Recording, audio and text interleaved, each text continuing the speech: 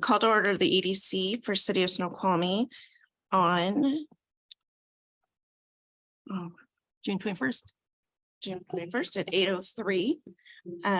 We are not going to approve the agenda or minutes because we do not have quorum. So we will move to community liaison report. Alrighty. Okay, so just kind of an update of some things that have happened in the last, since we last met. And that, one of the things is that David and I and Kelly,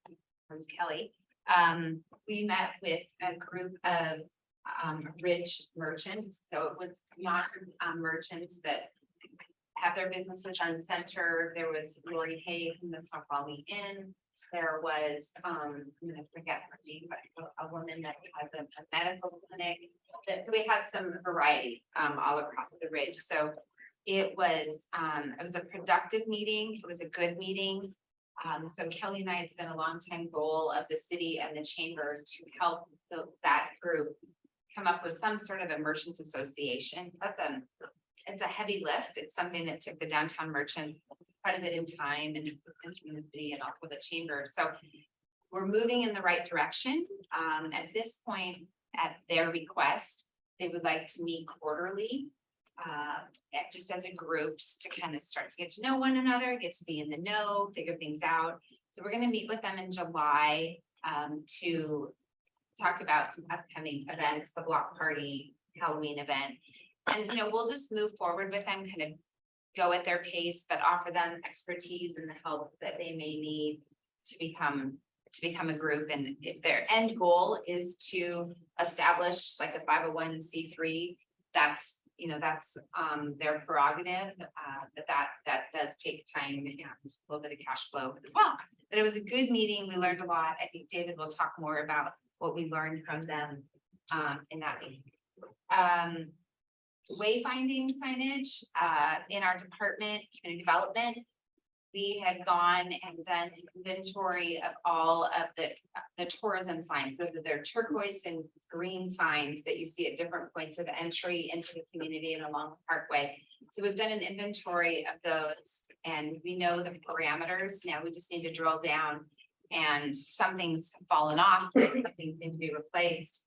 So we'll be working on that throughout the summer and trying to get those signs replaced on that. I do want to just point out that the language and the language regarding those signs, that it is a tourism economic development. It's not really a traffic sign. So it's not like, oh, downtown, 0.5 miles from this point. Like that's not the basis of those signs.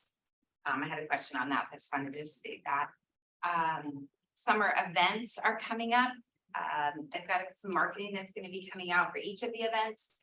There was Hello Summer, which is a marketing campaign that I used LTAC grants for. There's been quite a bit of advertising, some advertising with 425, utility insert went into the people that do get paper water bills. So about 3,000 residents receive that information. So that's kind of a save the date piece. I did hear some feedback that why aren't the locations listed on there? It is meant to be a save the date. There's QR codes. So if people go to the website, that's where they can get the details on that event, on those events. There are also events, not necessarily the city coordinates, but large events that happen in the city and partnerships that we have with those event promoters. Let's see what else. The public involvement program on the comp plan, David will talk more about that, but we've been getting some really good engagement. And of the two business association, we'll call meetings, the downtown and the Ridge, we had about 30 different business owners, which was good engagement. So we're happy with those results. And also David will drill down into this, but I just wanted to say that we're working internally and with all of the outreach that we're doing on the economic development element. And the key players on that are the downtown merchants, the Ridge merchants, city, this organization, as well as the Snoqualmie tribe is in conversation with us. We need to meet with them face to face, but they've been shared the document and they're communicating with us on their thoughts and their thoughts on that, on the comp plan moving forward. So that is my update. Great, thank you. On to chamber. Good morning, everybody. I want to tell you a little bit about some of the things that are happening. A couple weeks ago, we did a technical assistance event where we brought in different people from different offices that would help people with their business. And it went really, really well. We expected from other events that were done exactly like this, between 10 and 12 participants. We actually had 29 total. So, which is a really good number for people. And what was happening was we saw a lot of people who have not started their business yet, who came to get ideas and how to start their business, which was a really great thing. And we did it in conjunction with South Seattle Chamber of Commerce. And the reason why we did that is the Port of Seattle gave us a grant called the Business Connector. And they also did a grant with the South Seattle Chamber. So we were working with both chambers and also with the Port of Seattle. And so we'll be doing more of these. It looks like we'll do them in each city, and we'll also do one in August and in October for Snoqualmie again.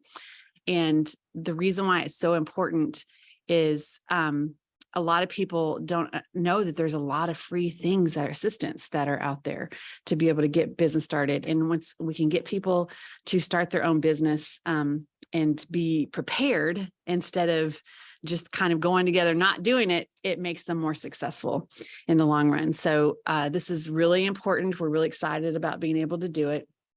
Again, this is, we got a business connector grant from the Port of Seattle, and we'll have it again next year as well. So it's a 2-year program, and we'll have a lot more opportunity. And we'll get Rob over there to help us with the Innovation Center as well, to be there. It's pretty important to be able to entrepreneurship in our valley and make sure that people start correctly. So we're really excited about that. If anybody has any questions with that, let me know, and I'll be happy to answer that. The next ones will not be with South Seattle Chamber. It'll just be us. That was just to get us started on it, to show us how they did it. So that's a good thing. Next Wednesday, we have June 28th is the luncheon, and it's going to be at Iron Duck. And what it is the wrap up of the legislative session. So Representative Bill Ramos, Representative Lisa Callan, Representative Mike Steele, and Representative Keith, I can't ever say his last name. What is it? Gaynor is going to be there. It's the first time we've had the 12th district since all of the changing of the lines will be here with us. So it'll be a really awesome luncheon. It's going to be a smaller luncheon because a lot of people have already gone off for vacation. Once school ends, they're out. So, but it'll be nice to be able to have that communication with them, and they're ready, willing, and able to answer all questions. So anyway, that will be next Wednesday. July 22nd, we have the search for Sasquatch, and that is a fun thing. It'll be our 3rd annual search for Sasquatch. And it's just a fun thing to get people through we usually do a lot in downtown Snoqualmie. So we'll do that again with the Compass Outdoors on that. And then I wanted to also tell you, September 9th, we're calling it the Snoqualmie International Block Party on the Ridge.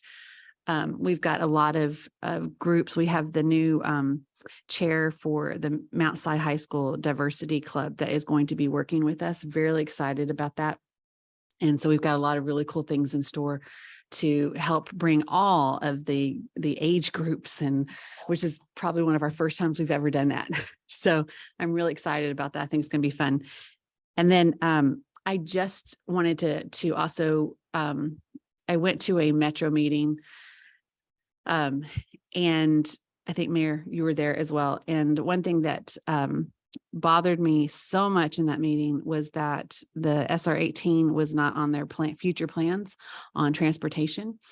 And then plus we're losing another bus line, and it saddens me to no end. And I started thinking about that and realizing that we might be in a little bit of trouble. And when I say that, I personally have helped 3 families they were stuck at the falls to take them up to Issaquah because they had been dropped off by an Uber and they were not able to get back to Issaquah. They were here for almost 5 hours and still no sign of an Uber. And this has been ongoing. And I think we'll continue to have that. And that's not a good thing. So we might need to have some communication with Uber and Lyft. And I also wrote a letter to the Port of Seattle to help us with Metro, because I know and I also talked with the Snoqualmie tribe as well in depth on this. And when this convention center comes in play, we're going to have some big issues with not being able to get people to and back and forth from the airport, and then to get people around town. So it's probably another year before that comes into play, but now is the time to make this happen and to get all the big guns in and start making a difference and impact on it. I do believe we can also bring in Uber and Lyft and maybe even a couple of taxi things as well once that starts going, because there's going to be up to 3,000 people a week that are going to come into these conventions, and maybe not in the very first part of that year, but it's going to take a lot of planning to make that happen.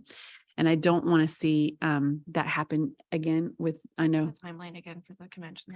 the 2024, I think it's the spring of 2024 For what? for the convention center, or is it later than that? It'll be later, you'll probably see conventions early 2025 because they're going to have soft openings for the hotel, working through issues late 2024. Okay.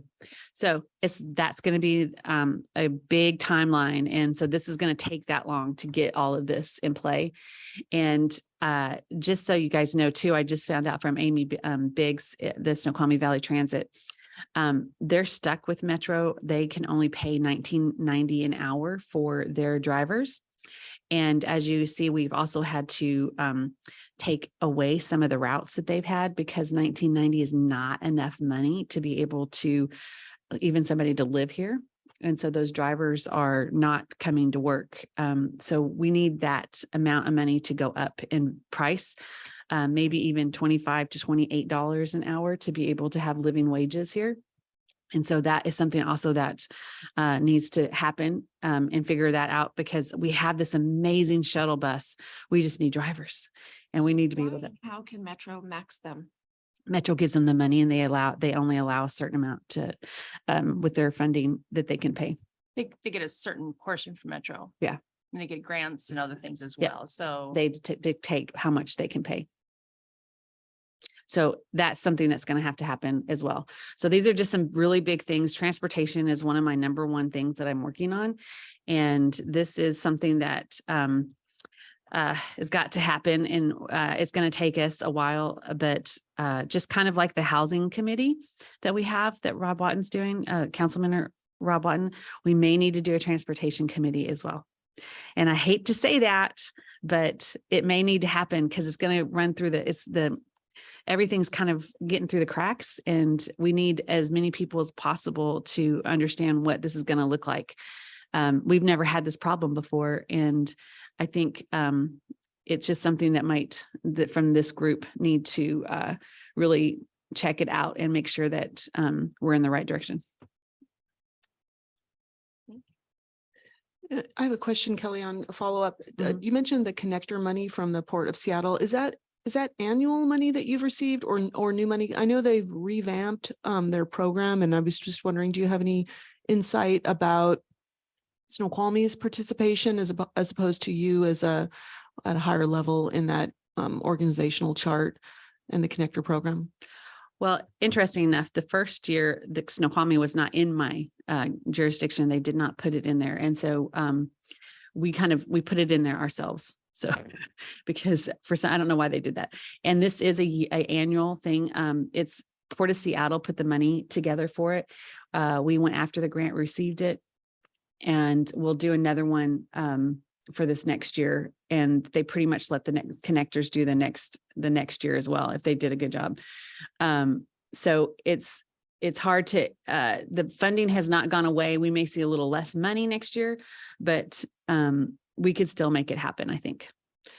Aren't they rolling out a slightly different program and requiring or asking for local municipality Oh, that's, participation? yes, they are. At They a definitely are. certain funding level?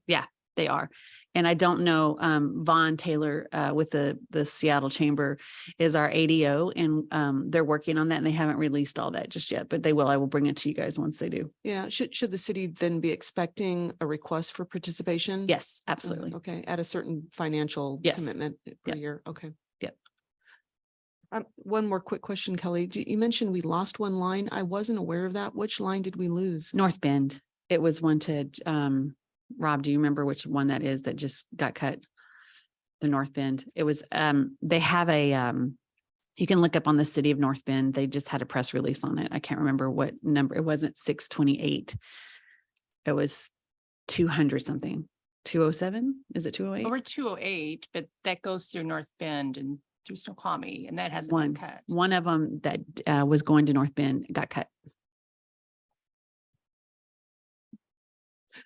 One other follow-up question. You mentioned convention center. I feel a little bit maybe out of the loop.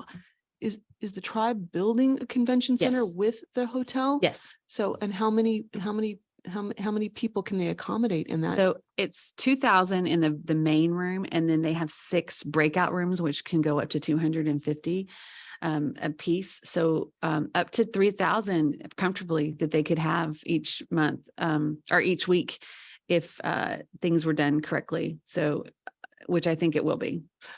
It seems like as far as transportation goes, the Uber and Lyft could be a huge windfall for an Uber driver to be kind of tapped in with that level of knowledge. Are you interested in calling Uber and Lyft and explaining the situation? So I am going to, this is what my intentions were. I requested Port of Seattle to get involved. And I think with the mayor's help with the Port of Seattle, that would be that they should be able to be the ones that ask for that. It gives, just me alone wouldn't have the power, I think, as the Port of Seattle and with the mayor or the city of Snoqualmie would have that, and the tribe as well. So it needs to be all 3. And I have had major conversations with Jamie Martin on this as well, just to let them know. And we probably should have the same conversation with Uber and Lyft about the falls and different things as well. So it's just something to bring attention to, and I will help any way I can. But I do think that the heavy lift should come from the port, and because especially most of them will be coming from SeaTac. And so that to me has a huge impact on what they can do. Thank you. Yes. Okay. So community development report. Yeah, my apologies, but we typically, or you may have remembered that we included the department monthly report to give you a good idea of what's been happening the past month. And I don't see that in the agenda, so my apologies, but I'm happy to forward it to you. We've just had some routine building permit activity for the past month, hovering around 44 new applications in building. Business licenses seem to be trickling along with about 8 applications. And we had one pre-app. And our land use projects continue to just trickle along. There's no real news to update. We still are working on Timber Trails, the last subdivision in SR2. We have Model Train Museum Park that we continue to work with potential applicant on. The Rails project, which is a building permit across the street for mixed use development, a building permit for self-storage. If you recall, they're building another 3rd phase of the Snoqualmie Ridge self-storage. And then, of course, our comprehensive plan, which continues to be a robust program. And as you can see, we've had a number of different outreach opportunities. And David, through his efforts, has collected over 300 public comments, which is unprecedented for a community like this to have such an amazing response in various venues, online, in person, through small groups. It's just phenomenal. So in a nutshell, that's what we've been working on. So really quick, the new running store is opening this weekend. And was there anything else that you know of that is coming besides that? That's that there, I heard of a sushi place up on the ridge as well. Is that? I have not been informed about those particular businesses. I'd be happy to look into it a little bit more and get back to you. Okay. Where's the running store at? The running store is right beside the laundromat, and they will be doing a grand opening this weekend. Yeah, that's very really nice. exciting. Very exciting. What was there before? Well, A lot. a lot. Yeah. And it was a gas station, which I did not know. Did you guys know that was a gas station? Did you you knew that? That's amazing. It was a gas station. And recently the, Down to Earth had it, for the past 3 years as a, extra space to do flowers. And, this, Taryn Graham is the one that is, the new owner of this. And so she did a lot of research trying to make sure that all these tennis shoes and stuff that they're being able to do. And there's a lot of runners up here. So it's a really good thing. That actually could be a good location for. I a think running so. store compared to a hair salon. And Oh yeah. Well, yeah, it was a hair salon too. There's actually 2 other things. There's the little white house that's on part of the back parking lot, we'll say, the Snoqualmie Brewery, where you have the tequila bar. I'm using air quotes if you can't see me, just because they have to resubmit their permit. Things got kind of waylaid on their end, and the thrift store, but there's a little white house. And that is going to be, I think, an electric bike rental store, so that's coming. Could be very interesting for all the recreation opportunities. Yeah. And then also on the falls, Chickadee Bake Shop is expanding, and they will be doing Snoqualmie Pie Company. So they're going to be going into the space that used to be jail boutique, and it was a massage therapist office. So you can get through the ice cream shop. So that's coming. So there is. Can people online hear you? Yeah, I just thought that myself. Can you She's hear nodding. Nicole? Nicole's nodding, so Okay. hopefully, yeah. I have a loud voice. Nicole, can you hear Nicole? She's Good. So, those are 2 exciting things. And we've had some conversation. I don't think we have anything yet, but there might be something coming. What used to be the old city hall. It's a gray building at the end of where the Mexican restaurant and the grocery store is.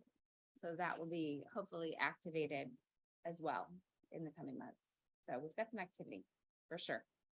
Awesome. Good morning. So first of all, I'd like to welcome Nicole Pass. Is that how you say it? Yep, you're correct. Nicole Pass. Hello, everyone. Nice to meet you all. Nice So to meet you. she's going to be, I am appointing her to Economic Development Commission, and she is the new Director of Public Relations and Marketing for the Snoqualmie Valley Health. So appreciate she's attending today, but confirmation happens on Monday. So she's not yet a voting member, but thanks for attending today. So. Oh, yes. Happy to be here. I'm learning a lot. I just moved to Snoqualmie from Grace Harbor, Washington, where I worked at another hospital for 8 years and was on their chamber board for 5. So I definitely have an interest in the work that you all are doing. Excellent. Thank you. Yeah. Welcome.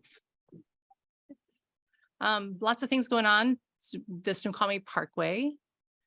We have a repaving project that's going to be starting. They're already working on the ADA accessibility through probably the month of July, and then you will see paving happening in August. And so there'll be certain days that they won't be paving, such as like the weekend of the Boeing Classic and maybe Snoqualmie Days and some other things. So community center expansion, also the process continues. We've selected the designer, and we'll be bringing the contract forward for the design build to council for approval in July.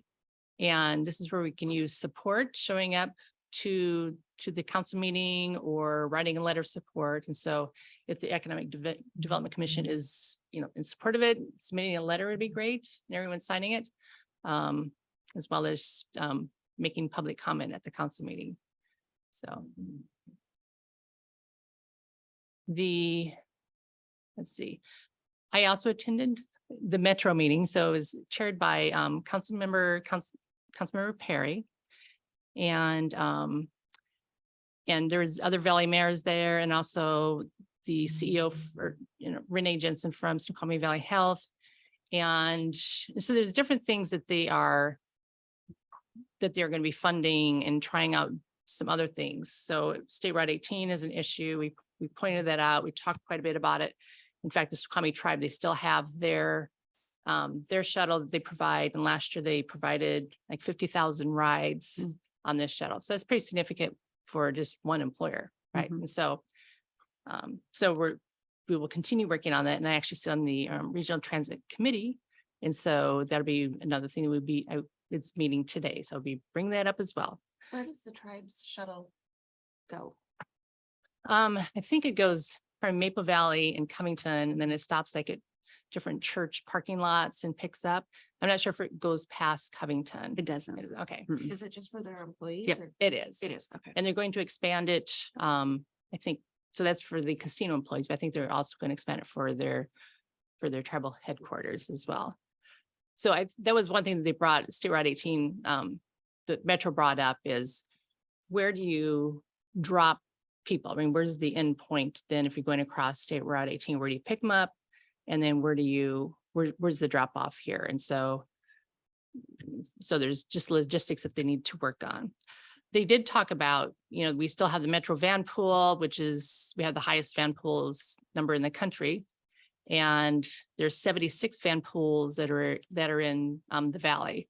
And so if there's employers that would like to, they can sign up. That would be an option that can help bring people across State Route 18. They're also starting a community van, which is a new program that can be used around the community. So you don't have to be at a Metro van pool for work, but it actually can be used for attending different events or just driving people around. And so more information will be coming on that. I think they've been piloting that in Sammamish, and it'll be coming to Snoqualmie. They also have a school pool, which is also a pilot program that could be used to transport kids after school or to games or to Running Start in Bellevue College. And so again, there'll be more information coming on that. Frequency of Route 208 will increase once we have the light rail, which opens in Eastgate, right? We're not going to wait for Issaquah, which would be probably 2040. Eastgate's probably going to be 2025. And so the frequency of the bus will increase from 2 hours to, during peak season, 45 minutes, and then off peak would be 90 minutes. So let's see. And then don't forget that, youth can ride free on Metro and Snoqualmie Valley Transit all the time. The Snoqualmie Valley Transit received funding so that they can increase the weekday frequency and then also provide weekend services. But the issue is hiring more drivers. And so I could bring that up during my meeting today at RTC. Other than that, we have our fire chief has resigned after 9 years. He's moving on to be a fire chief of a, what is it called?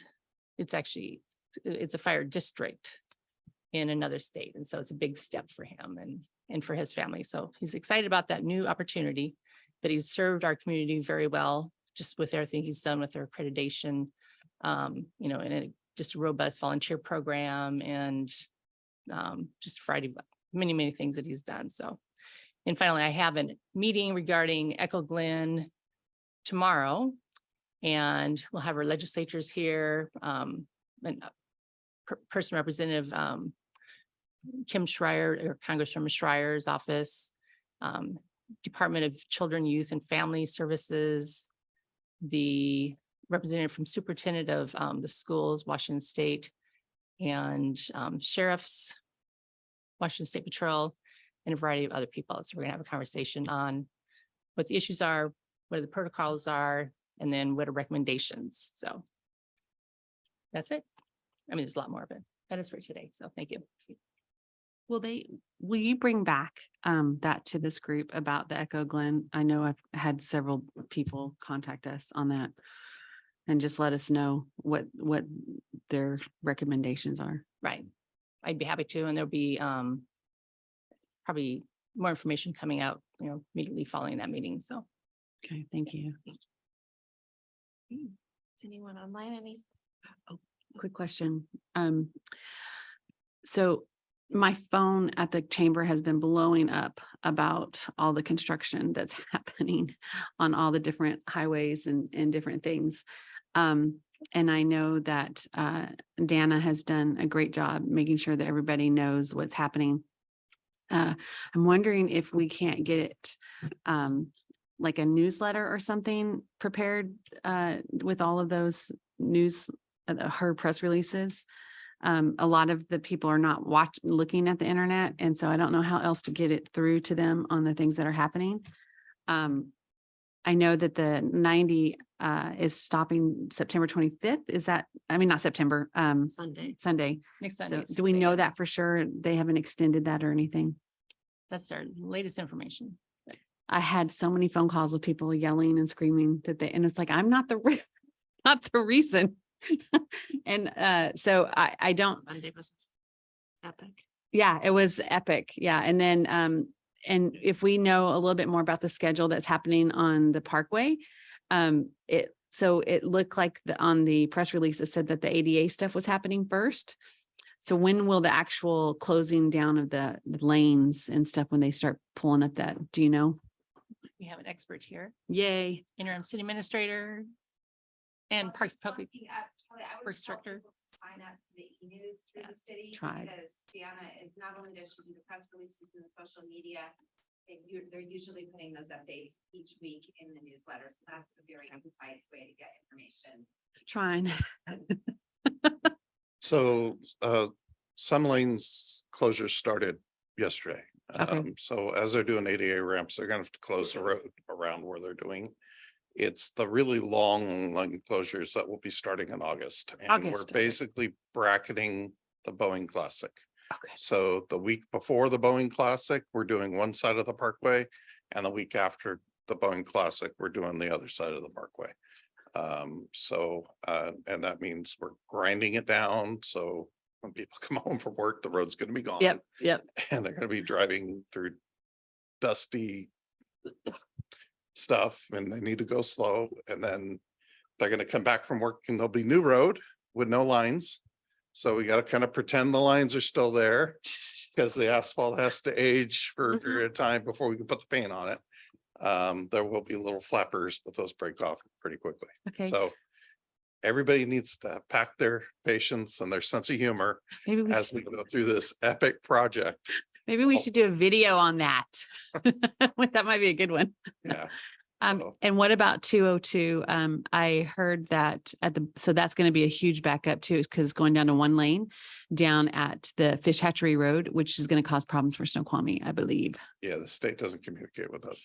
Yeah. So that's going to be a problem. And then, We're also paving Mill Pond, oh At goodness some point, gracious. along with some other roads too. So we will be in people's way this summer. And just think about how nice it's gonna be when we're out of your way. But a lot of deferred maintenance is occurring all at once here. Do we know at least what month 202 is? It could start anytime now. I'm hearing it could be, and it's a 6-month project because it's the salmon. They're doing the salmon creeks. All your paving is gonna take place between now and October because you gotta do it when it's dry and when it's warm. So, and then the other thing is in the past, we've had better communication with WashDOT and 18 has been a huge issue. I know Dana has been helping me tremendously. I've had a lot of our business owners having some major issues not knowing what's happening with that. Will they let us know? Will they close down that intersection at all or like or interchange? Will we have to will we know in advance so like people can tell people like where to go during their like they're coming here? So Dana has good passive communication with the 18 project people. They don't reach out to us. We have to reach out to them, but they will respond. We have zero communication with the 90 project Yeah, but people. 18. And we learned that the 90 project people and the 18 project people aren't talking either Because 90 was sending everybody to 18, which was closed. Yep. So I am endeavoring to find my equivalent over in Washington for our local area and develop that relationship, but all efforts have failed to this date. I know, and I've had some major issues with that too. We don't have any access to it like we did before. So I'm just a little nervous. Again, our phones have blown up from people, a couple of people that work here and also our top people up on the ridge. So Technical Glass, which is a Legion, Space Labs, all of those guys would like to have some communication as well. Because a lot of their people are coming from over on there and they would, Benefit for them to try to put some pressure to communicate with the city. I mean, I don't. whatever we could can they be do. Advocates for themselves, but to help the city get communication from WASDOT, because that's their employers, whether it's down to, there's 2 lanes or 1 lane on 18, or, I mean, that it affects the day-to-day commute and business operations on does. top of it. Yeah. It does. So some of the things that they were suggesting was maybe knowing some of the times that are not as busy that they could switch their times so that. So the they're- truth is WashDOT doesn't know. Oh. When you issue a contract to do work, I can't tell you exact times on the parkway because it's not up to us. Okay. It's up to the contractor to set that. Now, we negotiate some guardrails, but it's not down to the minute and it's not down to the second, et cetera. I can tell you that one of the lessons learned on the 18 project was we issued a permit to do some telecom work and they were out there at 4:30 on a Friday with the lane Oh closed. my gosh. I assure you, any permit that's issued by the city going forward, the stop time's 3:30. And they have to be clear. And I have staff assigned to go check to make sure that happens. But when you issue a contract for a big project, it's really up to the contractor to do that. We put language in there saying you shouldn't cause a backup. You need to actively monitor and all this. But that's all we really can do because of the way the laws work and the rules are, et cetera. So Is there anything that we can do as a community that would help maybe get more communication at all? you can reach out to WashDOT, the project people and make their phone ring, send them emails. But yeah, Okay. it's a challenge. Just think about 3 months from now when things will be better. Or worse. I can assure you they're going to be better in the city. Yeah, in the city, yes. Yeah. I'm not worried about that. We'll Not be worried out about of the that. way. I'm worried about our business owners. That's all I'm worried about. And we're just taking care of some real big streets this year and We're it's thankful gonna for that. be Very inconvenient. thankful. I do have to say on Monday, when I got stuck in the havoc that was going on, the locals know to take the back road, to Mill Pond. And I was like, oh my gosh, what is happening? So thank you. That'll be great when that road is. I got stuck in the Monday mess. Oh, you did. I just So did ended up going back by the nursery in the Mill Pond and popped back because when I headed out to North Bend at 3, I was like, oh my God, what is happening? An hour and 45 minutes to get to Snoqualmie. But Took me a half an hour to get to the grocery store. Yep. So Yep. anyway, Yeah. thank you. Thank you. just gotta pack your patience. Yep. We probably do need to do some kind of video or something to like just get people to remember to be kind. Yeah. And it's a blip in time.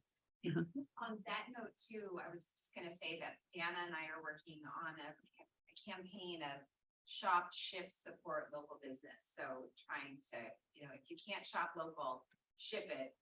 Because people are just maybe not wanting to get in their cars, driving anywhere. So we'll be working on that messaging.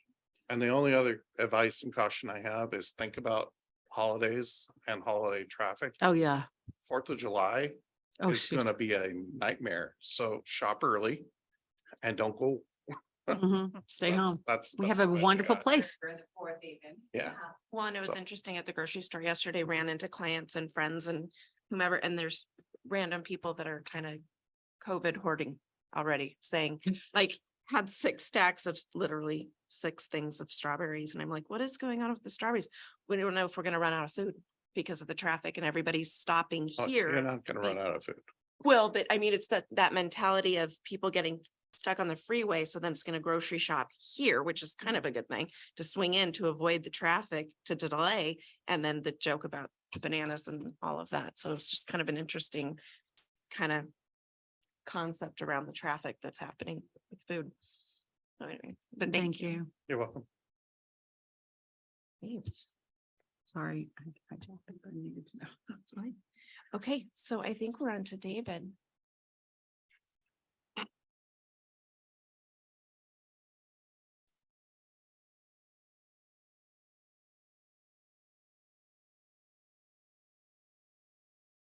Okay. Thanks very much, David Goodman, senior planner.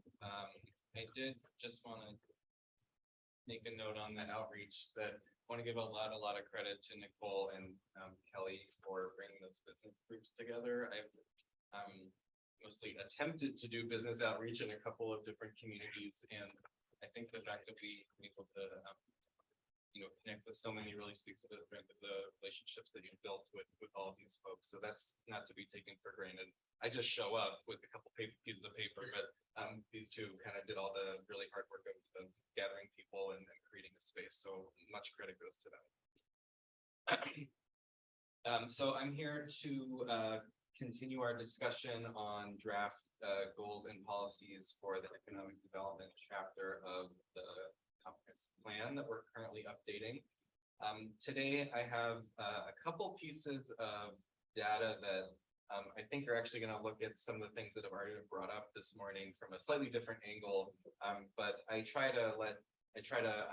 think you all have sort of feelings and observations about certain trends that are going on around here, but I tried to put some numbers behind that to give us a bit of a foundation for the rest of the things that we're going to talk about today, which have to do with long range planning and investments and things like that. So I'll show you a couple slides of that. I'll highlight a couple policies that we updated, incorporating feedback from the commission last month. And then we'll move on to our new two sections: planning and investment and enhancing and leveraging community assets. I'll go one by one through those draft policies. I've highlighted a couple that I think will be of particular interest to the commission, but we can talk about any of them. So because we're recording, can you use the mic so that you can speak into that? So we get that recorded. Thank you. Okay, thank you. Okay, so a lot of talk about SR 18, and I think with good reason. So what you see here is from top to bottom. This is listed in order of the average rent. This is pulled from the American Community Survey for our sort of little mini area around here, as well as a couple communities down SR 18. So it probably shouldn't surprise you to see that the rent in Auburn and Kent is significantly lower than what the average rent is here in Snoqualmie. Also notable is that you're seeing in Auburn and Kent in particular, a much higher percentage of the housing is in non-SFR single family residence. So essentially apartments. So in Snoqualmie, we've got about 9-10% of our housing units are not single family homes. But of course, that's 9% of a relatively small total. Whereas in Auburn and Kent, you've got cities several times the size of Snoqualmie with a lot more rental housing options. And, essentially, we've got zero vacancy here in the valley with Snoqualmie and North Bend. So essentially, this is to illustrate that for a big portion of the workforce that we want to draw here, and this is something that we've heard, independently from many people, that it's really difficult to staff, retail level jobs. So not necessarily low wage jobs, but jobs, that aren't necessarily paying enough for someone to live in the super tight housing market that we have here. So I see, looking at this, what I see is SR 18 is essentially like, if you're trying to draw a connection between the types of workers that we need and where they are living, SR 18 is that connection. And, so obviously lots of things going on with SR 18 upcoming. So I think we really need to think about, keep that in mind as we're thinking about strategies and we're thinking about, how all this upcoming work is going to affect our community in the near term, but also, even once SR 18, all the work is completed, we're still going to have that same transportation problem. And similarly here, what this shows is the percentage of working age adults in all of these cities who work in on the left or as in the center here, management, business, science, and arts versus service. So once again, you're seeing much higher percentage, essentially, they're not flipped entirely, but you're seeing that, as, employment in management, business, science, and arts goes up, service workers, the percentage of workers who are in service tends to go down. And that shouldn't be too surprising given, I think it's quite, I think it's essentially highly correlated with the cost of housing. So once again, this is just to illustrate that, a lot of those workers do not live here. A lot of those workers are coming up SR 18. And, if we're talking about, difficulty staffing retail jobs, I think, that we're starting from a position of, there's a structural thing going on here. It's not just a matter of, one bad policy decision or this or that. I think, we're starting from a position where we've got some barriers that are not going to be easy to overcome. So I think that's kind of an important piece of context as well. And then the last one here, there's some really interesting data from the Census Bureau that's called inflow outflow. And essentially what it shows is how many people for any given community, how many people are coming in coming in from elsewhere to work here, how many people live here and go elsewhere to work, and how many people both live and work here. So what I have in the middle column here is what I call the jobs to residence ratio. So essentially what that is the comparison of how many working age adults there are in a community compared with how many jobs there are in a community. So for Snoqualmie, we're at 72%, which in this case means that there are 72% as many jobs in a community as there are workers. So that would suggest a little more on the side of a bedroom community as opposed to, kind of an economic center. You can go all the way down to Sammamish at 22%.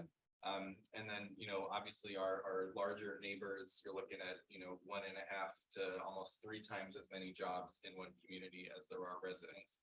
And what you're also seeing here is that, only really when you start to get up to, a Bellevue or a Redmond, where there are significantly more jobs than there are people, do you start to see a significant percentage of people who live and work in the same community. So I think it's of course it is a great goal to have the opportunity to provide an opportunity for people to live and work in the same community. But I think what this says to me is, 7% isn't nothing. And if, we raise it, if we're able to raise it up to 10 or 12%, that's phenomenal. But, I think it's this is sort of the baseline that we're working from. And I think it's just difficult, especially as you've seen, that the sort of percentage of people who are in management versus retail shows, I think it's a tough challenge to, I think we all want to raise that 7% number, but we're right in line with North Bend, and I think you're seeing like a pretty close correlation here between essentially just the amount of jobs that are available and the ability for someone to live and work in the same community. Any questions or comments about any of that? Yes. So you probably didn't know this, but Clealum is starting to attract a lot of our businesses here as well, and business owners. And I would love for you to add that to this because they are in the next 10 years adding 50,000 households there. So we're going to see a lot more people coming from that direction over here. And I've already seen there's probably 6 or 7 of our business owners who already own in Clealum, and they go back and forth on to 90. So I just want to make sure that is listed in there too, because that's going to be something that we'll have to work on through as well. Well, and on the reverse too, there's a significant, based on housing, a big push has been to own in Clealum and do the reverse commute into Issaquah and Eastgate and get. That's what I did. Yeah. Yeah, so I mean, it's both where businesses are going in there and getting footings for with the developments that are about to come, but then Mhm. there's also the employees that are Coming back. getting Yeah, that's what I west side wages to live on the east side. Yeah. Whether even it's construction to T-Mobile, I mean, that commute's shorter to get from Cle Elum to Factoria than to get from Snoqualmie to Seattle. And they're being able to buy houses for 500, 600,000, which is a big price point for the bread and butter over there, but you're getting paid West Side wages. But that's where you see the breweries are going in there, Gemini, some other ones that even have footings in Bellevue and Issaquah. They're making more money having a secondary location in Cle Elum with everybody that comes through than they are having their West Side businesses here. They're not closing West Side business, No. but they are more profitable in Cle Elum. It's cheaper to live. We even just, like Gemini makes more money out of that Cle Elum location than the Issaquah location, and that Issaquah location is hopping, but Yeah. they just have to pay more for the brick and mortar. So that's a good call out to put Cle Elum on there. Is just a little, especially comparing to North Bend more so than Snoqualmie, but still, Oh, I think both. I mean, both, but yeah. But these That's are just the great. Thank trend. you. The trend is people are going to be coming from work from Cle Elum. They just got notice the trail site is actually expanding to 1,500 homes instead of the 500 homes. Oh, my goodness. Yes, Yeah. 50,000 in the next 10 years. Now it's not even, probably less than 20,000. I should know that. You but should know that. I know. I'm never over there anymore. But yeah, there's actually 3 huge new developments that are going in there that are just shy of a couple thousand homes, which is, And affordable And, compared yeah. to here. and it's not Suncadia, Suncadia is not the bread and butter for over, there. That's the resorty side, but these are like 3 housing developments that are still really great. But again, that $500,000 to $700,000 range. Mhm, But these are great. Thank you. mhm. Okay, so moving on, I'm gonna share 4 revised policies that we revised based on the commission's feedback last month. So we asked last time about any potential emerging industries that we should seek to target. And so we got some great feedback on that. And so we revised this one to say position Snoqualmie to capitalize on emerging economic sectors in the Snoqualmie Valley, including wine tourism, weddings, film production, and outdoor recreation events. And I'll keep reading, but feel free to stop me whenever you like. And this one, the second one is about wages. Prioritize the recruitment of businesses that create jobs with higher than average wages that are accessible to a wide range of potential employees. So this was revised. We talked a little bit about living wages last month. There was some skepticism on the commission that a living wage was realistic for a lot of jobs. Living wage is obviously, higher than the minimum wage. So rather than set that as the baseline, we went with higher than average wages that are accessible to, people looking for all different kinds of employment. So whether it's,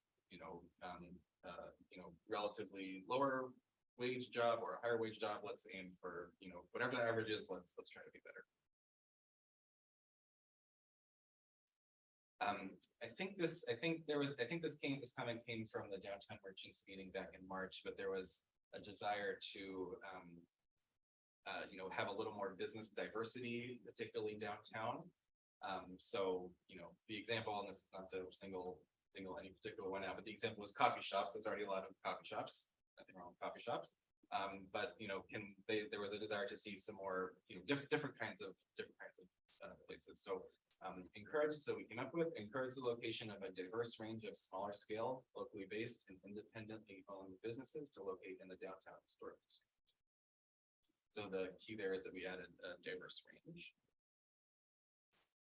And then the last one also was from the March meeting, and this was a really, really interesting comment. We were talking about business recruitment, and I can't remember who it was, but somebody made the point that, while kind of casting a wide net for business recruitment is all well and good, because there are so few, relatively speaking, spaces in Snoqualmie, there's only a certain number of vacancies at any given time, and those vacancies are only going to be relevant for certain types of businesses. So there was a desire for the city and the community to be a little more strategic about recruiting for businesses that are a better match for the spaces that are available, rather than kind of, again, casting a wide net and then just seeing what comes up. So in response, we have strategically recruit businesses based on the features of individual vacant commercial and industrial space. Any comments, questions? And I guess I'm not online as well. My apologies.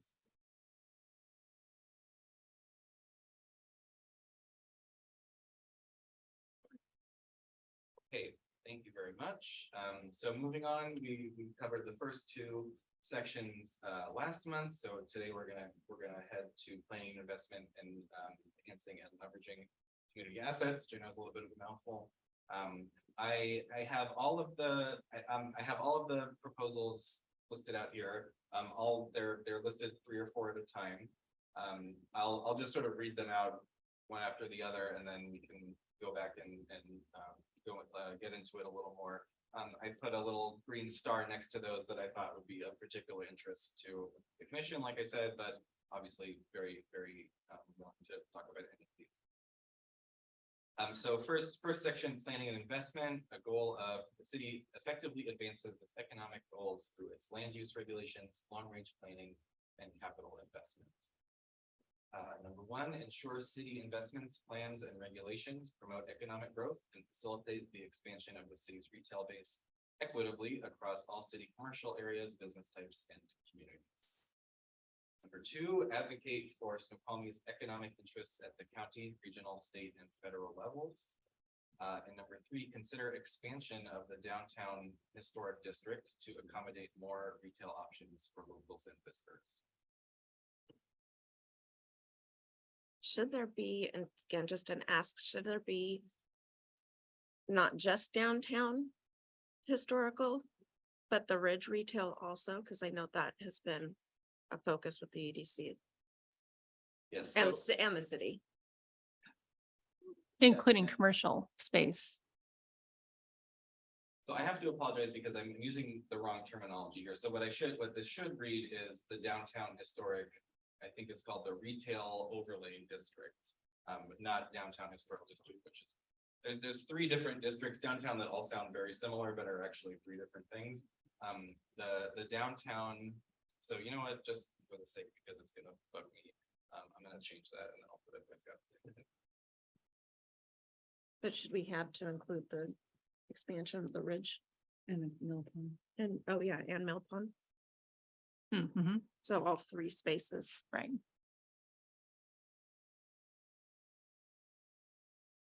And please make a home for Better Way, like where they should be, because nobody can figure that out. Which has been a big issue for them down there. And so the reason that I say it this way, so very much noted on the other areas. The reason that I'm referring specifically to the downtown retail district overlay is there is a special bit of our municipal code that designates essentially Railroad Avenue from about Dark Horse down to the gas station. That's in what we call the retail district overlay. And essentially what that does is places a certain limit on the number of non-retail businesses that can locate on the ground floor of those buildings. The purpose of which is to, encourage more retail shopping and be a little more of a retail district rather than an office district. So it places, I think the code says 75% of the storefronts need to be some sort of retail use. And is that the front and the back or just on Railroad? Great question. So currently it's just properties facing Railroad Avenue. However, I think one interest of mine has been Falls Avenue and trying to activate Falls Avenue a little more. Falls Avenue is not part of the district, and so so essentially, on the backside of Railroad, you can have offices and businesses that are not really open to the public. Nothing wrong with that whatsoever, of course. However, if we're looking to try to build up the downtown district a little more, perhaps that's something we want to look at, is placing that requirement on a larger number of properties and better defining that downtown retail district and sort of filling it out a little more, because you know, if you're like me, you probably walk all the way down Railroad. You've seen everything on Railroad, you're gonna want to walk down Falls, and I think there's just a lot of potential for that side of the district as well. That's not currently under the same. Well, and as we continue as a valley to grow with all the outdoor activities and the brewery truly is a hub on the weekends that you can see everybody came off the trails, whether it's skiing and snowboarding or hiking. To have that falls be more inviting, even, I mean, I go to Down to Earth every week, but you don't know that you can go through the backside to get into Down to Earth. And so you might lose people. So if we can make that more robust and maybe have an encouragement for that to come in Sagellos through the back and just keep it going, like you said, as a cycle, that would be great for those businesses. And there's a desire by the downtown merchants to create a circular effect where it's entirely activated, and there's a couple, about 3 or 4 homes there that are grandfathered in. They could be residential, they could also be business. One just sold. I'm very curious to see if it sold as a residence or as a business. There's also, I've brought to my attention another business that had some limited hours of brick and mortar, and now it's taking that element away and strictly being manufacturing, which doesn't, it just doesn't help the vitality of that street. So it's something we have our eye on. Hey, Bobby, Joelle has her hand up. Oh, Joelle has her hand up. So Joelle? Yes, I think that's super important to, encourage, businesses on both sides, Railroad and Falls, if we want the downtown district to be more, have more vitality. And, as a downtown merchant, it's like, when you send people around, one of the number one questions is, oh, where does the shopping district end? And you want to encourage people to go on the backside, and then, it's not as activated as it should be. And I think to encourage businesses that aren't, so service oriented, like we were mentioning, but, businesses of value, businesses that aren't going to be, how do I say it, like hobby type businesses, but businesses that will support, year round, open 6 to 7 days a week is what we're, really looking for. And it is discouraging sometimes, businesses do go in and then they can't support that space. I don't know how to put that in a little bit better words, but we'd all like to see the whole downtown Railroad and Falls, activated on a year-round basis with, the right mix of businesses, both, consumable, retail, all of that. Thank you. So is there plans? So what I envision and what I know other people have envisioned is seeing the downtown go all the way past even Got Rice. There's a lot right there, that empty lot as well, would be able to have the same feel and same look as the whole area there. And that's something that I think a lot of our business owners would love to see. That's the intent of this particular policy that David just read off. And I asked him to bring up the district so you could see that the policy gets at an opportunity for us to go back in and maybe do a sub area plan or another plan or another study to elongate that boundary to that point where you're talking about, or even maybe further down. And it'd be lovely to walk down Railroad Avenue and have a continuous stream of tantalizing retail shops that were unique and independent and speak to Snoqualmie. For sure. And just really quick, so there's no mention on the property that's over by the school that has the old hotel and the old buildings there, that the what is that road called? School. A high school. What is that? Metal brick.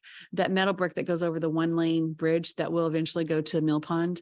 That area right there is fabulous and could be, once again, something really amazing. And I would love for that to be in the planning, that possibly especially because that's going to be people going over to the mill pond on that. And I don't want to forget to put that in that plan because I think by then we should be able to activate that whole area over there. Dave, I believe David has a policy on that one too. Just as an ask for an anchor, where, and it could be just 2 sentences, where are we at with Sigello Hotel? Or in that lot, is that still going forward? You're just talking about the permitting? Yeah, just an ask, because that's gonna be a draw and then an anchor that would, again, continue that retail revitalizing. David, Sigello's is in the black boundary. Is that right? That's, It's right on the, it's on Railroad Avenue and Falls. Yeah. It's not moving forward currently due to market conditions, but it's anticipated that, you know, the planning and it's a great anchor. building for it will, Expand around that. yeah. And I would state it's not a hotel, that's kind of Bed and winemaking and, Have some Retail accommodations and- up above for guests that are, It's just right, a little bit, Just, little yeah. segment of, yeah, What- they haven't actually fine tuned it. It could be, you know, overnight accommodations for guests, or it could be maybe some short-term rental. Just a quick question. How does the retail overlay zone promote retail use?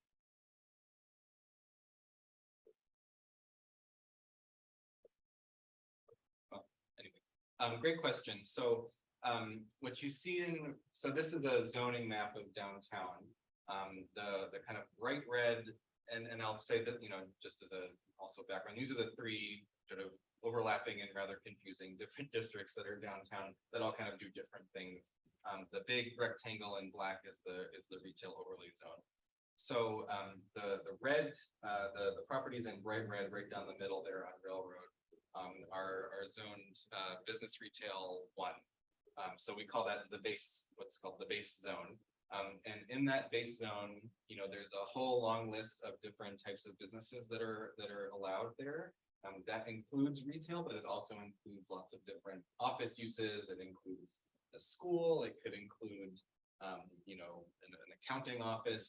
It has lots and lots of different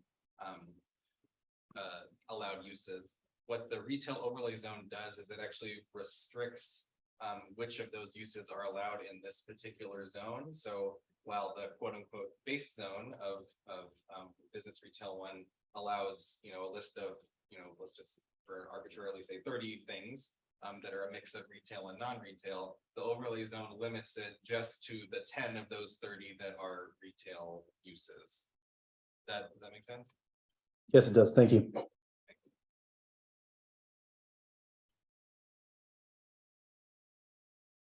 Any other questions on this one or the map here?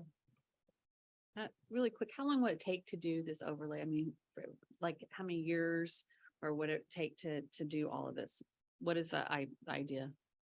Well, the overlay exists. You're talking about modification of it. I would say that would be a short-term implementation measure, you know, 0 to 2, 0 to 3 years. Okay. And what would happen if you did that is, you know, any existing use that wouldn't, you know, that is not already a retail use. So let's say, you know, obviously there's a couple businesses back there. Those would be allowed to continue until they no longer want to continue. And then the rules would start to apply with whatever new use comes in after that. So you tend, this is what we call it long range planning, is you tend to, you know, have to wait a little while before these things actually start to kick in. But, you know, the first thing to do is change. Is there a proposal on the table for what the expansion would look like? I have my own sort of back of the envelope drawing that I don't have on here, but I think what I would like to see anyway is, you know, well, you can't see where I'm pointing here, but you know, these properties, this triangle right here, which is on Falls Avenue, I think all of these properties facing Falls, I would like to see those included. I would like to see, you know, the back end of the properties that are fronting Railroad Avenue. I think it's a little tricky because you have some spots like Sigello, which did a fantastic job kind of activating that, and there's a couple other businesses there that have really great, you know, outdoor spaces. There's also some businesses who use that as, delivery spots and things that are, necessary for business, but don't necessarily, excuse me for saying, like, look very nice, or, big blank walls, or they're not things that you really want to hang out by. So I think we have to be sensitive to that, but I would like to see it applied to any frontage on falls here. And then, this little bit right here, well, I should say that's already in the overlay, I guess. One thing we could do is, these properties on the south side of River, I think, are also zoned business retail too. These are currently, the little one right here is the former city hall, the Buckshot. These two are zoned business retail as well, but those are still single family homes. So, whether or not we want to apply it there is a good question, but I'd like to, the short answer is I'd like to see it at least extended to all the properties on falls. Is there a way for, like, instance, the rest of the housing there? And I know a lot of those owners there know that eventually will be commercial, but is there a way to make sure that also we don't lose any housing? So like, if there is, when something's taken down, that has to include the housing that goes above, is there a way to make that happen? That's a great question. And I should note on that point that while there is this restriction on retail for the ground floor, on any floors above the ground floor, you can have apartments and you can have non-retail uses, like, not to pick on accountants, but, an accounting office or something like that. I think that's definitely something we could do. And, another cool thing is, in some places you see kind of creative reuses of single family homes that switch to being a business of some kind. I think those are really cool.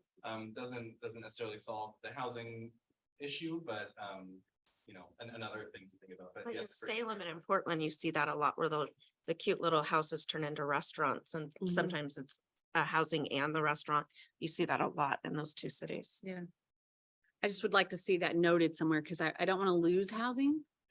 Because it's so fragile for us. But I also would, one thing I don't see is the overlay of the river walk. yeah. And I know that in the future, we're planning the river walk, and I just want to make sure that is always in everything we're doing. We have another policy on that one too. Okay, good. Okay. But I think that's a great point, and I think, the Riverwalk is gonna go straight through this area. Mhm. So again, I think activating those ground floor spaces would just be a huge thing. Yeah. I just want to make sure too, when we're doing this plan, that we actually state the Riverwalk in there as well. One of the things that I'm learning and I'm watching as I've been here for many years is that we did a lot of work on the Riverwalk, and we did a lot of different things that happen.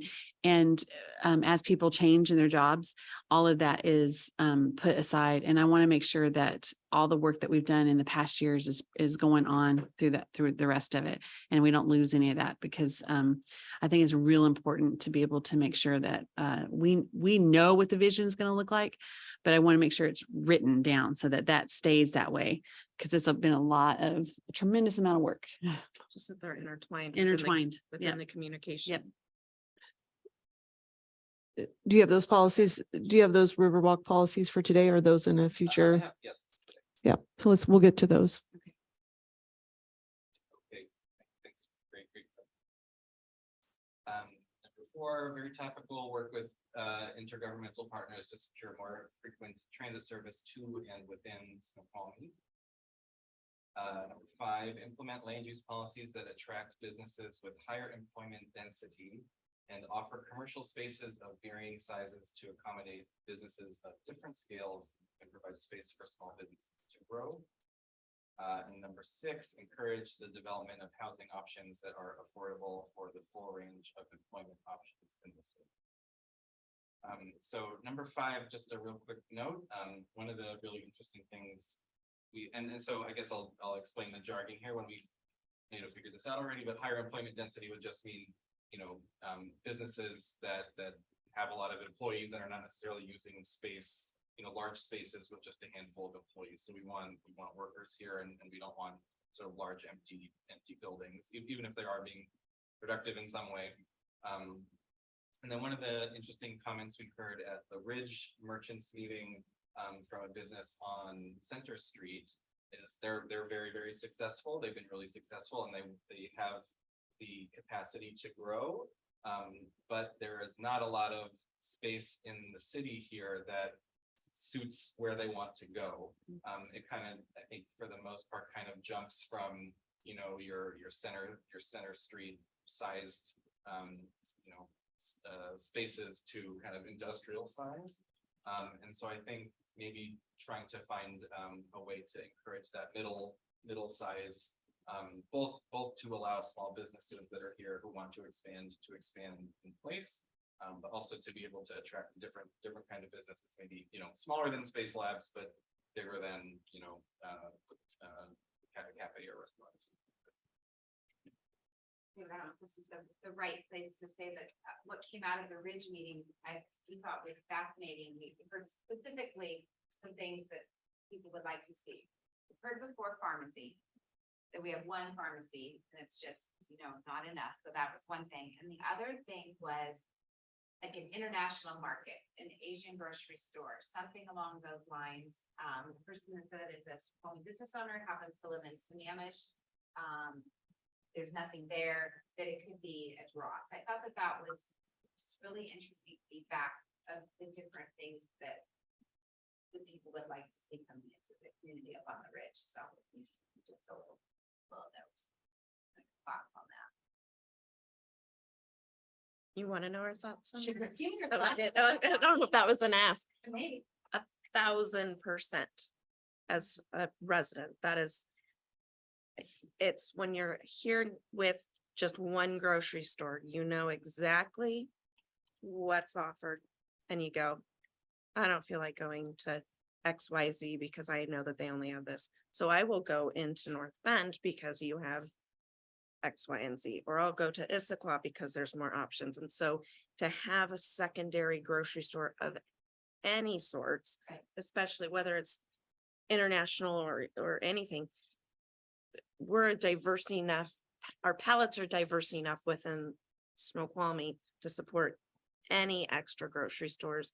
And people do, unfortunately, on social media too, do complain a lot about just the understaffing as the issue, not that it's one pharmacy, but there's not enough staffing to support the volume of here. And so it's, again, going back to, we could have had, in hindsight, the IGA, we could support it now to have the IGA in a secondary pharmacy in that location. And that is definitely a need, whether it's, I mean, preferred to be up on the Ridge, but it could be down here also, you know, We have a pharmacy down here. but that's compounding. I know, So- so they're never open. Yeah, I so think that it used to the be. diversity in the community. I think that we have a growing population of different nationalities that can support that.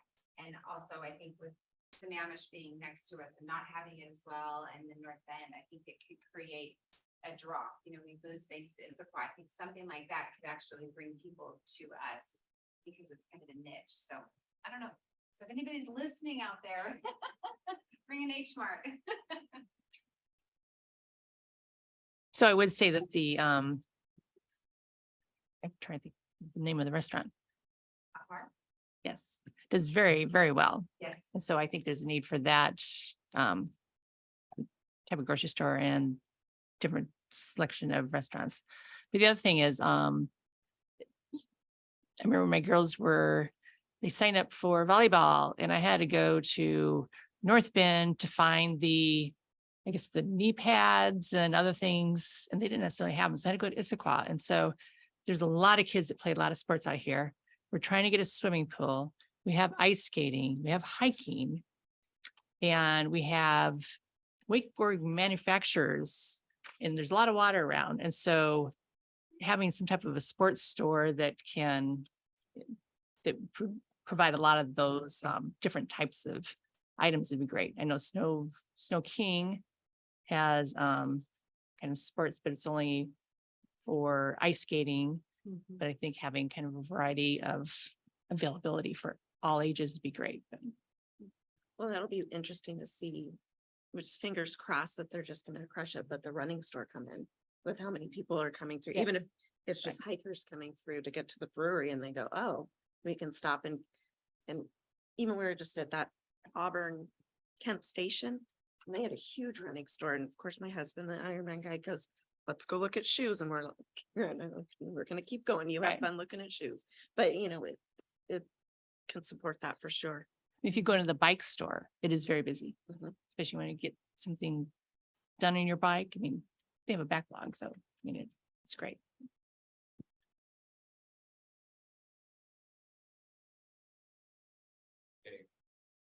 I like how you phrased number 6, David.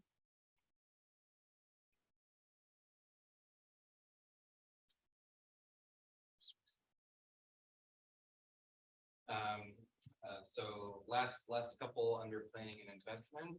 Number 7, ensure that economic growth and development is balanced with environmental and cultural resource protection. Number 8, encourage the creation of public gathering spaces near commercial areas in a manner that promotes commerce. Number 9, preserve the master plan business park land use designation, which is focused on office, research and development, like manufacturing, industrial uses within the city's potential annexation area. And lastly, number 10, ensure that land use regulations support and promote development of appropriate forms of overnight lodging for the downtown historic district. So when you say preserve the master plan business park land used, but that's that third phase of the industrial park. Is that what you're talking about? Yes. And we preserve it, but also plan it and actually get it going. So I want to make sure that that's a huge thing for our businesses up there. Huge.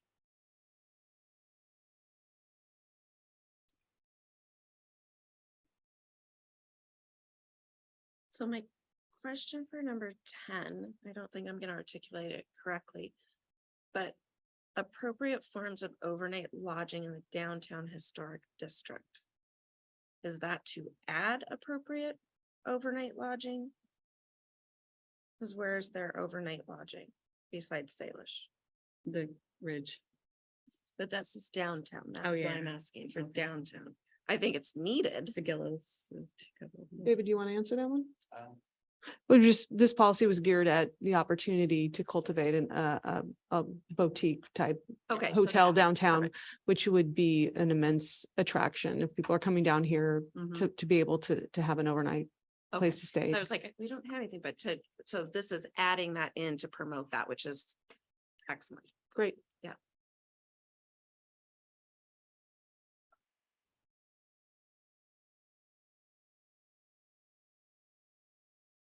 Okay, next section, I'm enhancing and leveraging community assets. With the goal of the city promotes desired economic development while preserving the unique features of Snoqualmie that residents most value. Number 1, protect and promote the city's distinct mix of natural beauty, historic buildings, rich cultural heritage, and walkable communities to foster desired economic development. Number 2, ensure that key gateways to the downtown historic district, including where Snoqualmie Parkway and Meadowbrook Way intersect Railroad Avenue, are reflective of the city's architectural character and facilitate movement to downtown. Number 3, leverage Snoqualmie's distinctive sense of place, unique assets such as Meadowbrook Farm, Snoqualmie Point Park, and other large park and open spaces to attract visitors through historic and cultural events and activities. So question on number 1, this is the realtor legally that we're not allowed to use walkable. So I don't know from the city's perspective, if you want to change that to accessible or something like that, because we can't legally do walkable because that limits ADU. That's a great point. I never thought of Mhm. that. I never realized that. Yeah, we can't. We- Huge fine. Yeah, I think the intent there was pedestrian. Oh, Yeah, yeah. 100% know the intent. I just don't know from a legal standpoint, if somebody was to see the policy and say, well, I'm in a wheelchair, I can't walk. Just, Thank you for that. So on these plans, do we need to like go in more detail on this? Is that what you're looking for? Like on like to ensure that key gateways, we want to also ensure them, but also keep them. Do we need to add that into these, or do we just need to, I'm kind of unclear on how we do that. What do you mean by keep them? Again, people change, things change, different things come in, and I just want to make sure that they're kept the same But the intent. of- intent. This is your choice to, time to wordsmith. So if you want to see two and it broken up, or if you want to see it revised, now's the time. So I'll tell you the little bit of background to this. I think it was also at the March meeting, but the point was made that when the, the new convention center and hotel at the casino come in, the main route that people would take from there to downtown was to go down Meadowbrook and then take a left on Railroad. I think there was a desire to have that particular intersection be a little more, again, and I mean, no offense, obviously, to anything that is there, but for that intersection to be a little more inviting and to serve as a bit more of a signal as to what you're gonna see, once you turn left, and to make it a little clearer what's there. And then the same at Railroad and the Parkway. So that's where we were coming from with this one. To revitalize and put a little facelift on. Yeah, but to keep it that way. So Yes, like, yes, okay, yeah.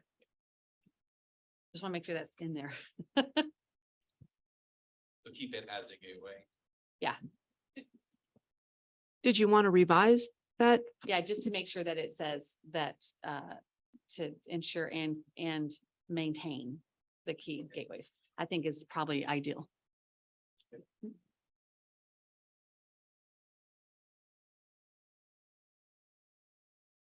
And I think this is the last one, last couple here. Number 4, support and celebrate the contributions of the city's existing culturally and ethnically diverse businesses, institutions, and native tribe. Number 5, maximize the Snoqualmie Riverwalk as a tourism asset that connects to the Centennial Trail and the regional Snoqualmie Valley and Preston Snoqualmie trails while protecting downtown riverfront properties from flooding. Number 6, support existing merchant organizations and encourage the formation of nonprofit merchant organizations at Kimball Creek and Snoqualmie Ridge to strengthen economic vitality, design, organization, and promotion.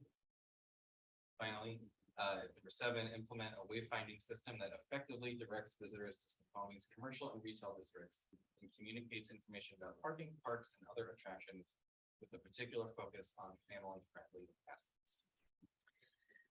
So one thing that I'm just a little nervous about that we have not included in any of these is we are going, because our governor is in the climate change.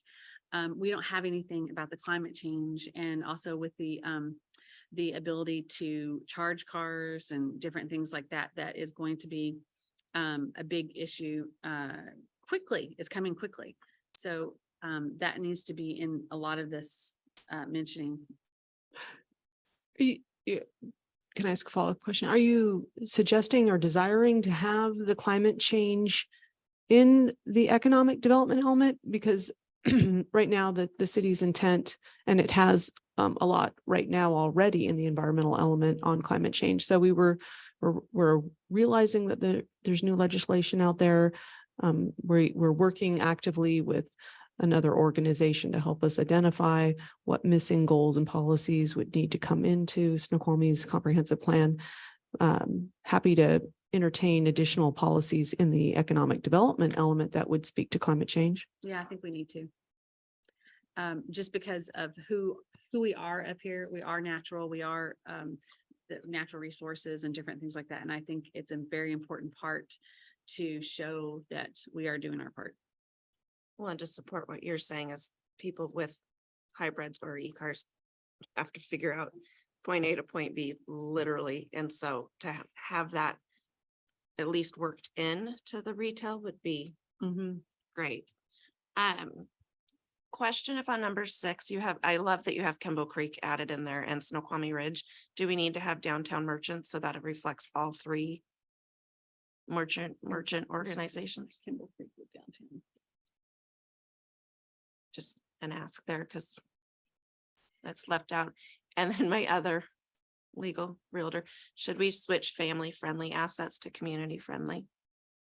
Because then if you don't have a family, then you're Yep. excluded. Yep. Dang it. You can't come to anything because your kids are out of the house. That's right. I can't come to anything. I will say that the reason so yes, the answer is yes, and we will do that. The reason I put that in there in particular is because, again, I think it's a productive meeting in March. I think at the March meeting, there was a comment that, people with children tend to come down and walk around and go to ice cream, et cetera. And, although the Railway Museum is right across the street, we have other assets like the new park at not Riverview Park. Is it Riverview Park? It's Riverview. Yeah. And Centennial. Centennial Park. We have other things that are around that we don't really, that if you're sort of just downtown, you might not realize are there. So that was about particularly about, where are the parks and where are the public bathrooms and all that sort of stuff. But yes, we'll change it. Just in case legally, kind of like the walkable. Chair, one additional comment, number 7, just reading it now and seeing it up on screen. I'd like to suggest maintain. We do have a wayfinding system and we are maintaining it. It certainly could be expanded or changed or things like that, but implement seems to imply that we don't have it. Well, we don't. And one of the things that has been one of the biggest issues in this entire city has been the ability to have a welcoming sign that goes over the 202 in both places has been a huge, it's been a huge thing So too. those are like my iconic gateway entry points. Yeah. So it's different than iconic, wayfinding. but also wayfinding as well. Yeah. Our wayfinding, they have fought a lot to get those in place. And there are still quite a few of them that we need to figure out, especially with Mill Pond. So it can't just say implement, it needs to say Let's noodle on that a little bit and come What if back it to you. was implement and expand. expand. Yeah. Expand, but it's more identified like these key strategic areas. If we're talking about the diverging diamond and Meadowbrook and Railroad and maybe the Mill Pond, I mean, There's just a lot of, yeah, to Kelly's point, and I feel that you support it too, and Rob's always had her back on it, is there's just some really cool, massive things that are about to start happening that we can't just have one turquoise arrow that Look- somebody's trying to figure out how to get to Salish with a train coming across, and then they forget that, oh, there's something to the right, but I'm trying to get to the left. We need that some type of draw. And so if there sounds like there's a lack of communication with WASDOT, but if we can get any type of communication to collaborate with them, which that's been the issue, which concerns me with the years. Parkway, which I understand why the mayor's and council's tying in WASDOT with the Parkway, which is great, but I hope that that doesn't take away a little bit more of Our ability to control that put we the really don't wayfinds. have to be able to do these signs that for 10, 20 years, people have been trying to get implemented when we're finally, like you said, the Riverwalk and Mill Pond and expansion of downtown and would be. Oh, Mike.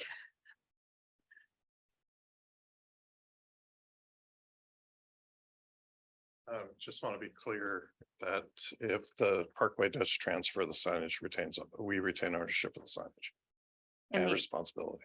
how about the ability to expand the signage? That's the big thing. Ours. It still is. They're only taking the payment. Okay. Okay, Oh, good. Okay. That's Cause good like to know. 202 has been a nightmare for us to get anything done. but the Parkway in particular, we still can, Yeah. if council We're still approves it, gonna we be can still. responsible for the landscaping and all those things. Oh, well, okay. Okay, Thank you for Thank you. that.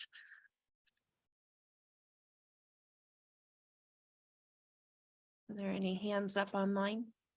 No, okay. Thank you for your work on this. Okay, thank you. That's all our policies for today.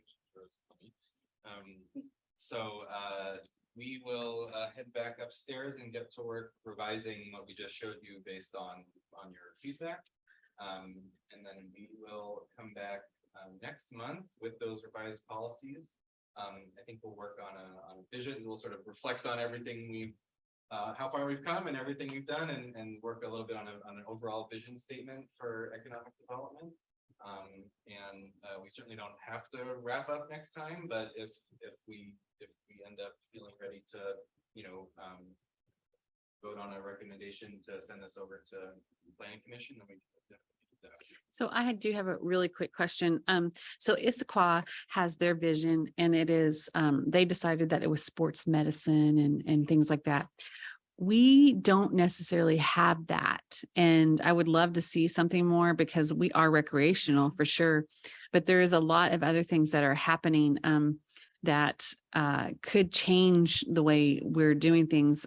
For instance, in North Bend, there are going to be a electric truck station there. And there's going to be a lot of other things that are going to start coming this way.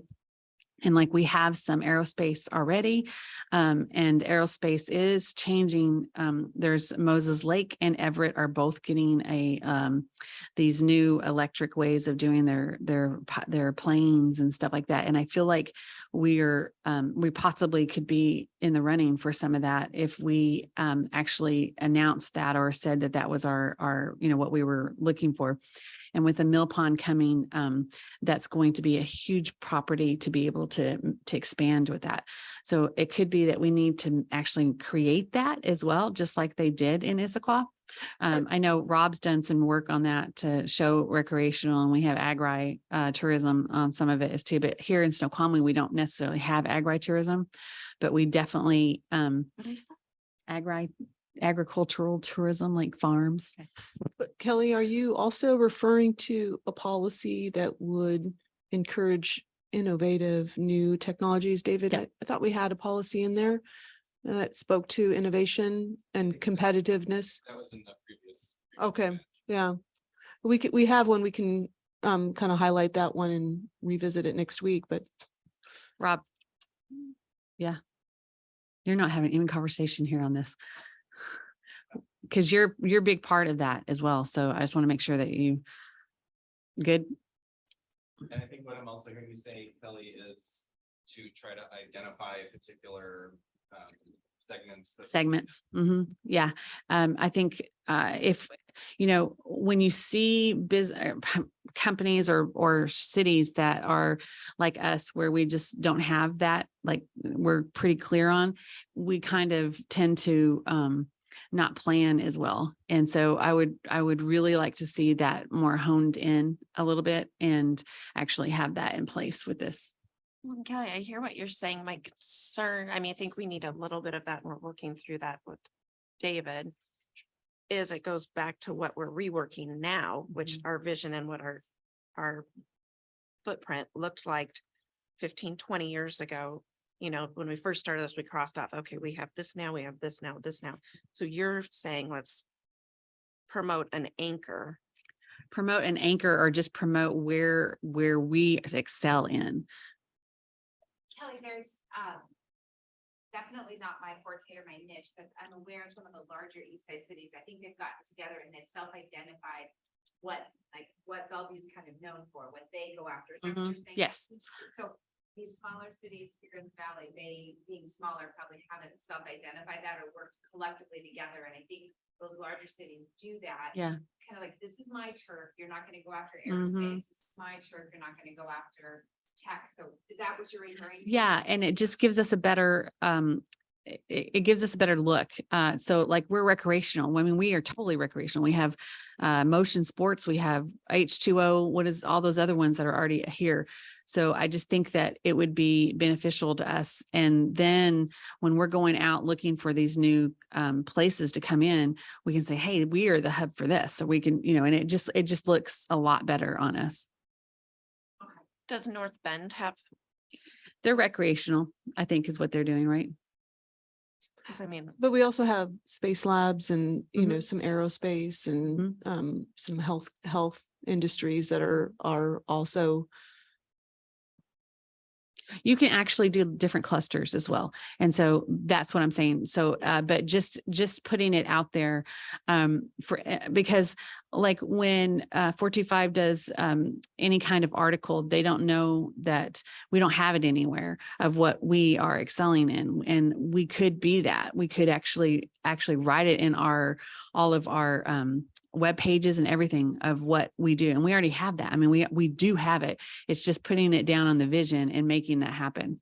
Well, and when the mill site gets developed and we self-identifying as a beer wine distillery. Yep. district or Yep. something along those Mhm. lines. Okay. I like how you said district, because and I get what you're saying, but then at the same time, we are a recreation hub. We will be a entertainment Mhm.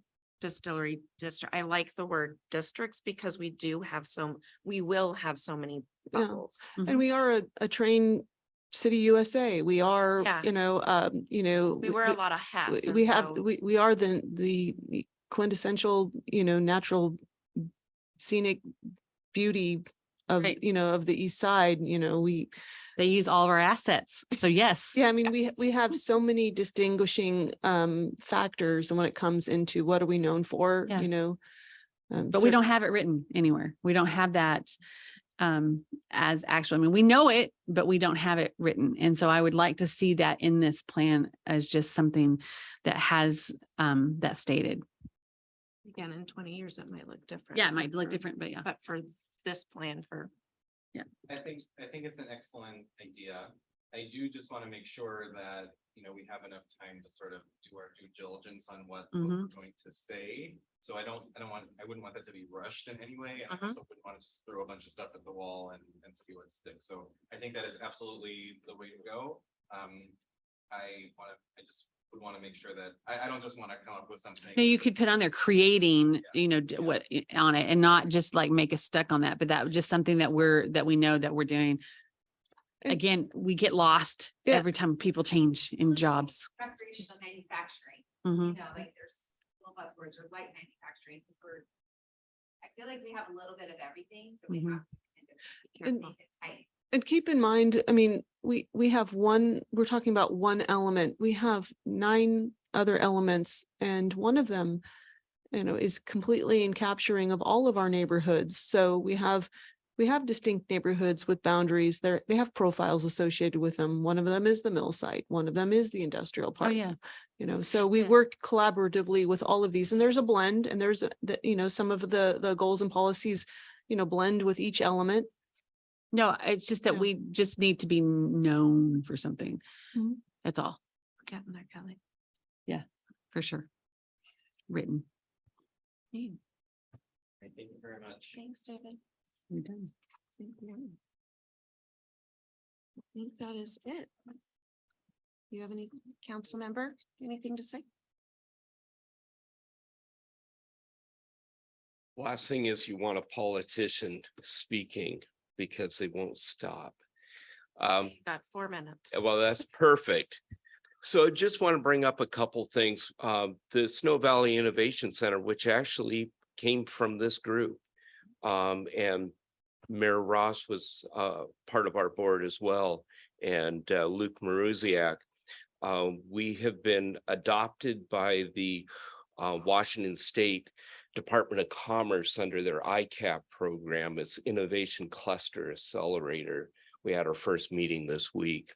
But the idea is going back to Kelly's point, and that is creating that identity of who we are as a community and the things that we can work on. And for the Innovation Center, it's been 3 areas. One is in the area of food development. First product that came out of it was the Mama. Mama barbecue sauce.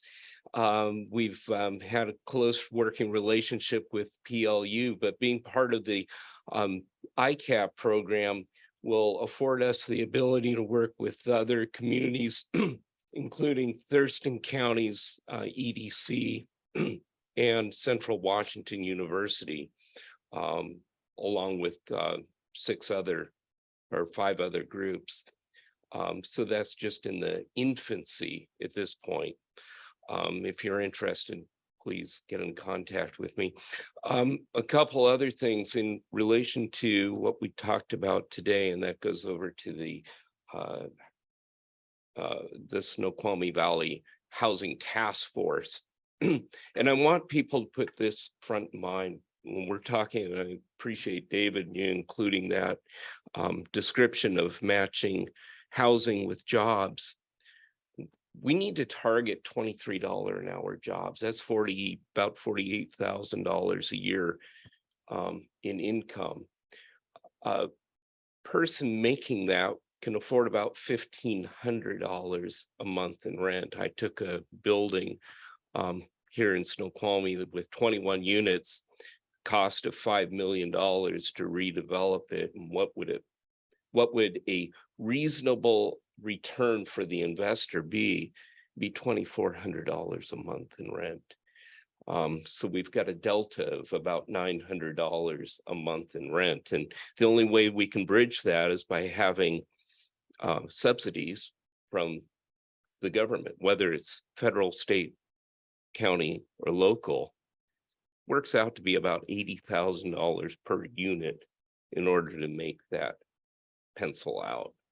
So there's some daunting challenges, but keep in mind that's 60% AMI, and what Department of Commerce is tasking us for is putting the majority of our work in 30% and below, and it's just simply not possible. So that's kind of top of mind. So I just wanted to bring those couple things forward. Keep up the work. What you do matters. This work on the comp plan is incredibly important. It gives our vision, but it really needs to come from you, because otherwise we miss the mark and we miss an opportunity. So thank you. Thank you, Rob. So, anyone online or? No? Okay.